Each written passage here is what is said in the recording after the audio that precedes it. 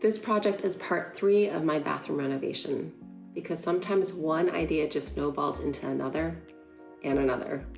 It started with a woodland wallpaper I couldn't stop thinking about, which turned into wanting to update the existing cabinets to complement it, which turned into realizing I could move the cabinet over a few inches, add a filler panel to make it look built in, and if I was already doing that, why not make the filler functional?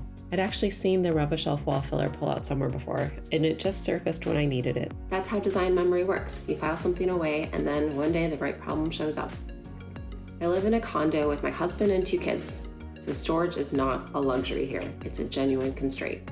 So when a straightforward solution to a real problem presented itself, I couldn't let it go. The cabinet unit in this bathroom is standard off-the-shelf kitchen cabinetry. And yes, I have kitchen cabinets all over my house.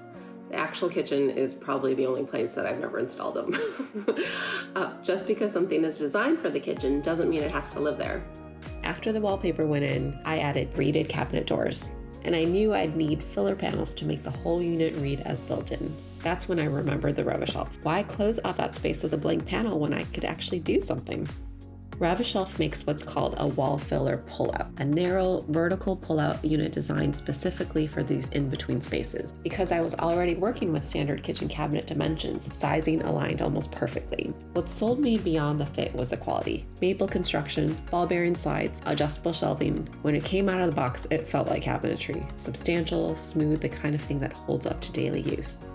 Before you buy anything, measure carefully and at multiple points. Walls are never perfectly straight, and an opening that reads as 5 inches at the top might be 4 3/4 at the bottom. You just never know. Rev-A-Shelf lists minimum opening requirements for each size. Treat those as the floor, not the target. A little tolerance saves a lot of frustration in the long run.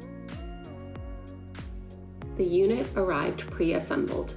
The installation is 3 steps. Slide it in, level it, and secure it. If your foundation is not level, this is where you'll want to pause for a second.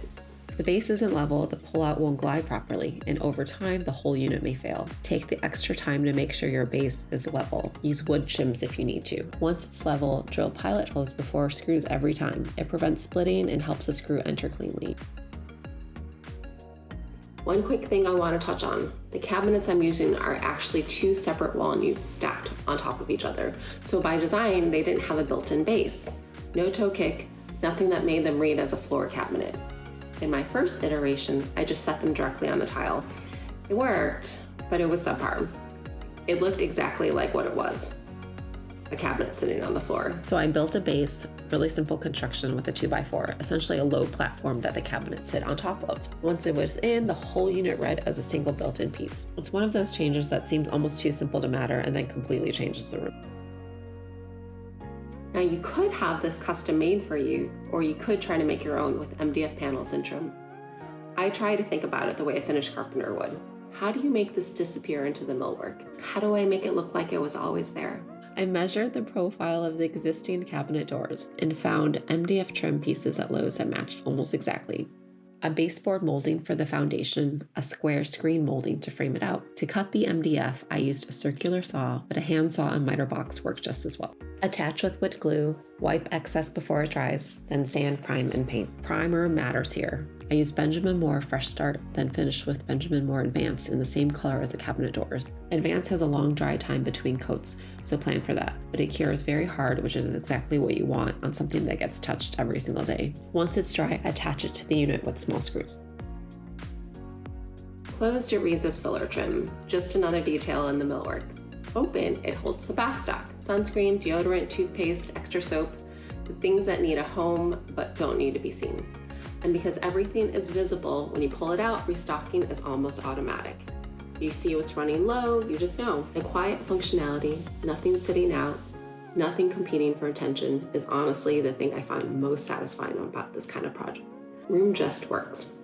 A gap beside built-in cabinetry is something most people close off with a blank panel. That's the standard answer. This wasn't a standard answer, but it was the right one. And now I keep looking around the house for where else I can add storage. Once you see it, you can't unsee it. I think there are versions of this in almost every home.